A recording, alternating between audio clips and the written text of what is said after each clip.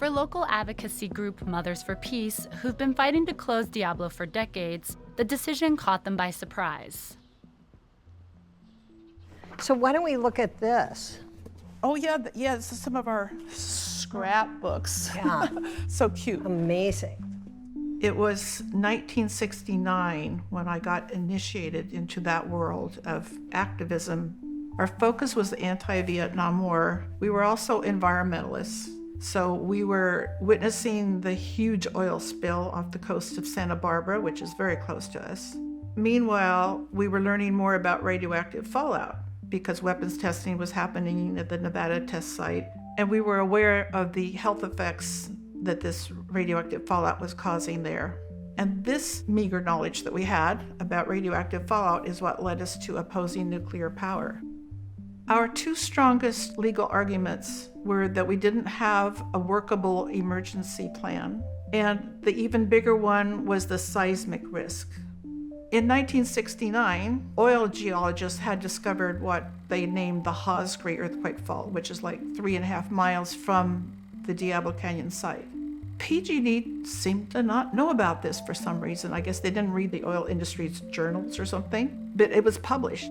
Later, when PG&E was backed into a corner, they had to admit, oh, look at that, there is a fault there. Further studies showed that it is an active fault. Now that word does not come from Mothers for Peace, that's from the United States Geological Survey. And in fact, to this very day, our biggest objection to relicensing the Diablo plant is seismic. You know, let's look at this one from '84.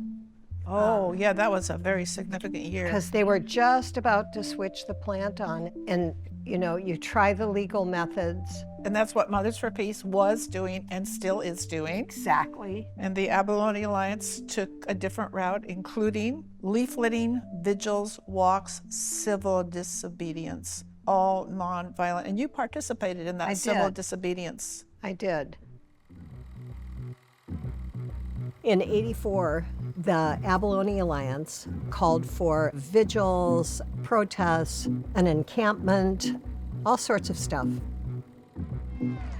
A lot of us want to do an action at the gates of Diablo as families, and how we can most effectively say to the NRC that we as people who live here in this community don't want Diablo to open because we really believe that it's very unsafe for us. I'm sure all of you have seen the poster that says, "What do you do in case of a nuclear accident? Kiss your children goodbye." Oh, excuse me while I cry a moment. I don't like the thought of kissing my children goodbye. When the plant finally did open in '84, we were very distressed. I wouldn't say we felt defeated, but we felt scared. We had to figure out different strategies. We had failed at preventing it from opening, so we had to start figuring out ways to get it to shut down. And so basically, that's what we've been doing ever since.